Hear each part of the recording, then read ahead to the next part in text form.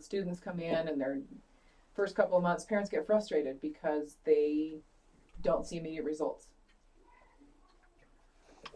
One of the things and reason it was called Detox is because over the number of years, we've had a very interesting experience watching both parents and students coming to a private school when they have been trained mentally and experience-wise in a public school. Correct.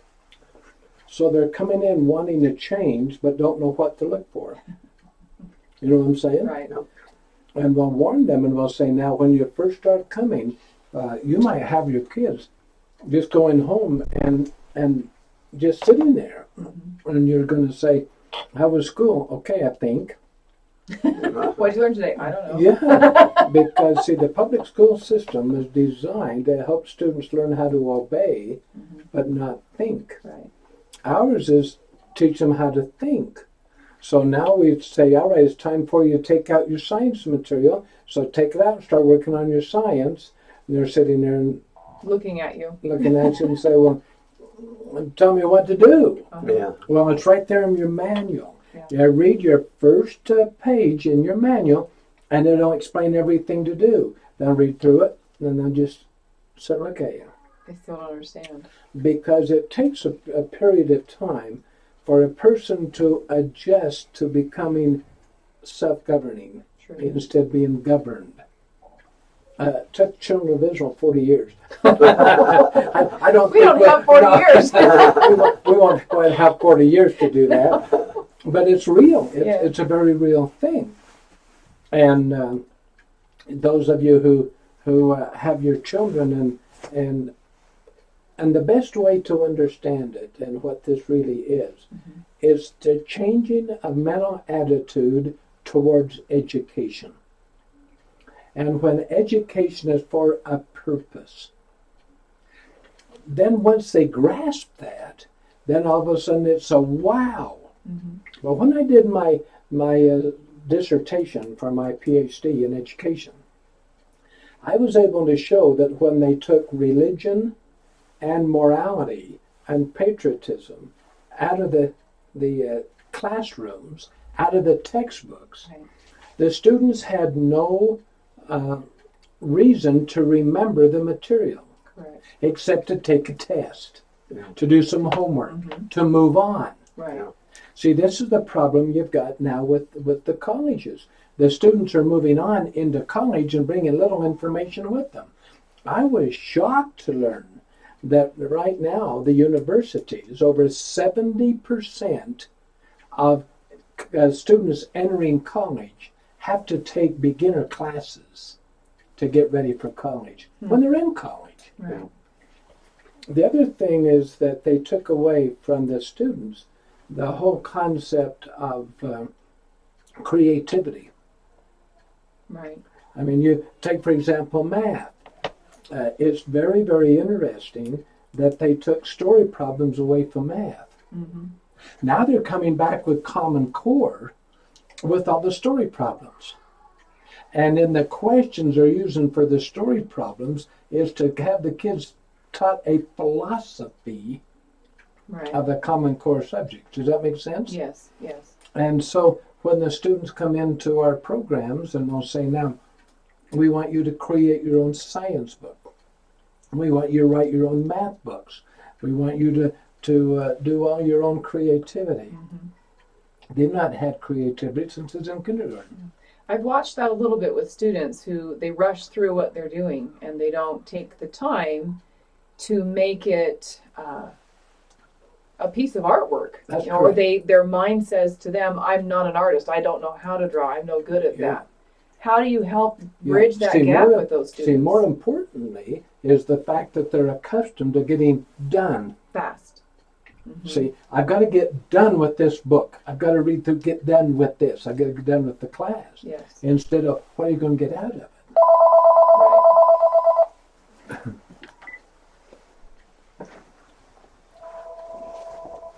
Right. Sorry about that, David. And so one of the biggest challenges and things I find that it helps, and it's different for all the different ages, Okay. is to help train them and say, there is no get done time. And this is one of the things we have to have a hard time in training parents.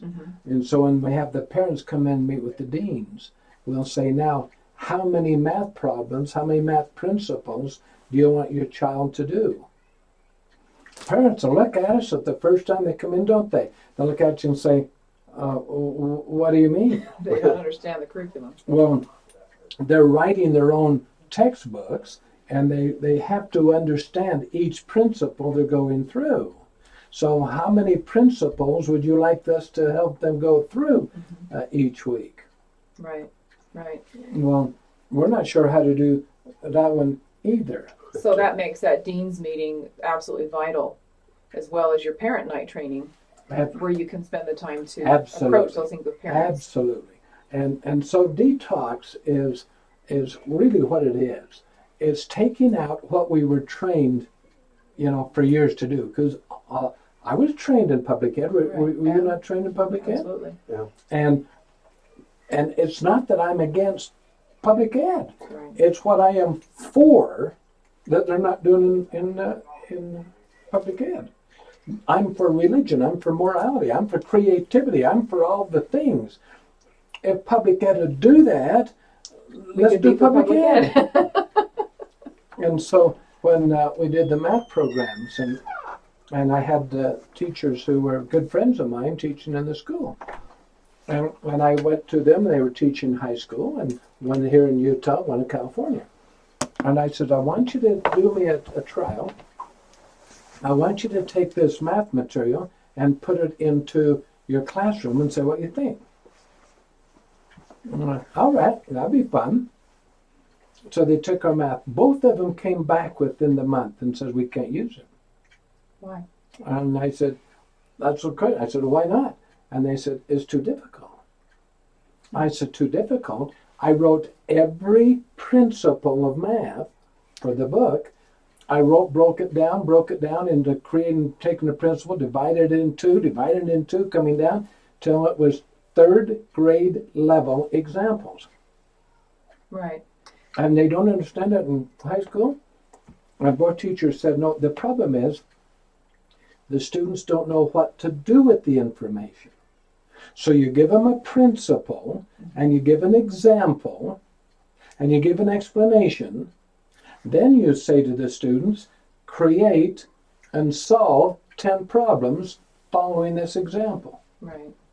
And they said, the kids don't know how to do that. Right. And I said, they don't know how to create problems? They're teenagers. Inherently, they know how to create problems. But it was so interesting. They said, if you'll give the student a problem, they can do the math problem. But if you ask a student, create your own, they don't know how to create their own. Yeah. And they don't know why. And they don't know why. Mm. And especially when you say, now apply it. Mm-hmm. See, when you were coming in and taught the class the other day, it was fascinating. You were teaching high school age kids, and they were looking at you like, wow. Kind of looked at me like I was from Mars. Wasn't that interesting? Yeah. And you'll say, you've been in school for how many years? You're 16, 17 years of age, and you're looking, and you've never even studied what the math symbols are? Yeah, what they mean. But you see, they're told you've got to do this. And I know because I was trained for that. I used to teach algebra in high school. And so the detox is not really a getting rid of poison. It's teaching the student a whole new concept of creativity in every subject. Every subject. We want you to learn how to apply math. We want you to learn how to apply science. We want you to apply language arts in your everyday life. Mm-hmm. That's the part they don't know. Right. Well, because you're talking about creativity, and in every subject we teach about the creator. Right. Who uses those things creatively to create. And so that's just a total shift of thinking for people. It really is. And it's harder for high school age. Why? Because when you started in the junior area, in the younger ages, Education, over 80% of all faculties of elementary school are women. Okay. They see the whole picture, and they do a whole bunch of hands-on learning. You have crayons, you have coloring, you have application. Mm-hmm. They go into junior high, and we go for junior high, over 80% of all junior high teachers are men. True. And the student goes from that atmosphere into a compartmentalized atmosphere. Mm-hmm. Instead of sitting around there learning language arts and everything, and like at home and everything, the teacher, now they're in the middle school, we call it junior high. Now the bell rings, they go to this class, and they come back, and they never associate this and this and this one. And all the creativity is for younger kids. They're not bringing their crayons. They're not even bringing colored pencils. They're bringing one color, and they're all of a sudden in a compartmentalized there. Then they go into the high school. High school, did you know that you have 87% of all high school teachers are men? That's a high percentage. And creativity is almost nothing, because as men, we teach in compartments. Complete the task. To complete the task. And so the bell rings, and like Pavlov's dog, we educationally saliva in the math class. And then the bell rings, and we go out, get on the conveyor belt, and we go to the next class we're doing. The bell rings, and we academically saliva in a social studies class. Then it's into another. There's no coordination between, and there's almost zero creativity in it. Yeah. And never told how come they're doing it. Right. There's never a reason to do it other than the teacher ordered it. Yeah. And if you want a grade, do it exactly the way the teacher had it. Now, we were raised with that. You were raised with it. I were raised with it. This isn't new. Mm-hmm. But now we come to Kimber Academy. And we come into a student and we say to a student, why do you think God created your body? I don't know. I thought it was so fascinating the other day when you had Savannah come up and talk about, why did God create your nose? I mean, it was fascinating, wasn't it? And wasn't it interesting that a year ago she couldn't answer that question because she couldn't think it through. She couldn't do creativity. And so now they come into the class, and each class, and this is where teachers have to be very, very careful, because we have been taught to over-teach. Yes. So when a student asks a question, we are designed to give them a specific answer. And here's the answer, now do it this way. Mm-hmm.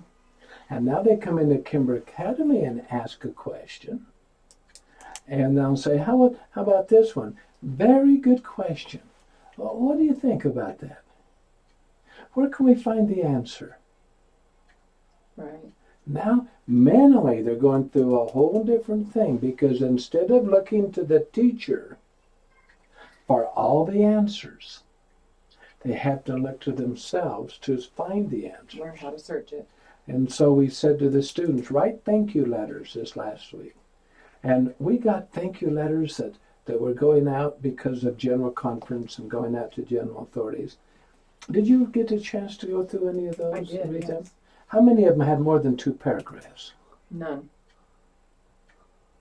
I mean, you're writing a letter to the president of the church, and you're doing it in 2 sentences? Right. It's interesting, though, in the senior class, there were several of them that were longer, full pages. Yeah. And notice, almost every one of those have been with you in that senior class for this year and last year. Yeah. But your new students, did you notice how short they were? Very short. Interesting. And so and they just need to practice and learn. So they've never learned how to process their own thoughts? No, they have not. Oh, gosh. They have not. And to learn how to do that is not something they'll learn overnight, because there has to be in school 2 things: a concept of what to do and a concept of why to do it. Mm-hmm. The concept of what to do is very similar in some ways, but why? in the school system, it's to please the teacher because the teacher will give the grade. No. So everything is to please the teacher. Now is to please yourself and your parents. And all of a sudden there's a different accountability. Well, and ultimately their creator. Absolutely. Because that's where they're going to get the information. That's why we ask our questions. How and why did God create? How and why? How and why? But it takes a long time. For some students, they walk in, they sit down, and wow, it's so comfortable, they've got it immediately. And these are students who have been in the school systems or homeschooling or anything that are looking for this additional atmosphere. Yeah. And they just grab it. And then you have others who are here because mom and dad thought it was a great idea. And now they're here trying to find themselves. Why am I here? And everything they're looking at, they're comparing it to public ed. That's true. And they'll say, oh my goodness, they must not know what they're doing here because they don't do it like public ed. So how do you recommend guiding students and parents through that in such a way that they can become comfortable? They'll never become comfortable immediately. It's got to be time. So what is the I've not solution to found those it ones that- who want it to happen fast? How do you help There them is through that? There is no To solution. get over that hump of feeling that way? The hump has to come because of feeling. You and I both know that if you can get, and a lot of times because men see in compartments and gals the whole picture, Right. it's harder a lot of times to convince dad than it is to convince mom. Absolutely. And to be able to see that it is working, you have to have them visit the class and feel the class. So in other words, the hump that they have to get over is having the spirit. That is correct. And that's what I will tell with dads. I'll say, hey, I know you're busy. I know you're working. So what? Change your lunchtime if you have to, but take a 2-hour vacation and come and sit in for an hour. Feel it.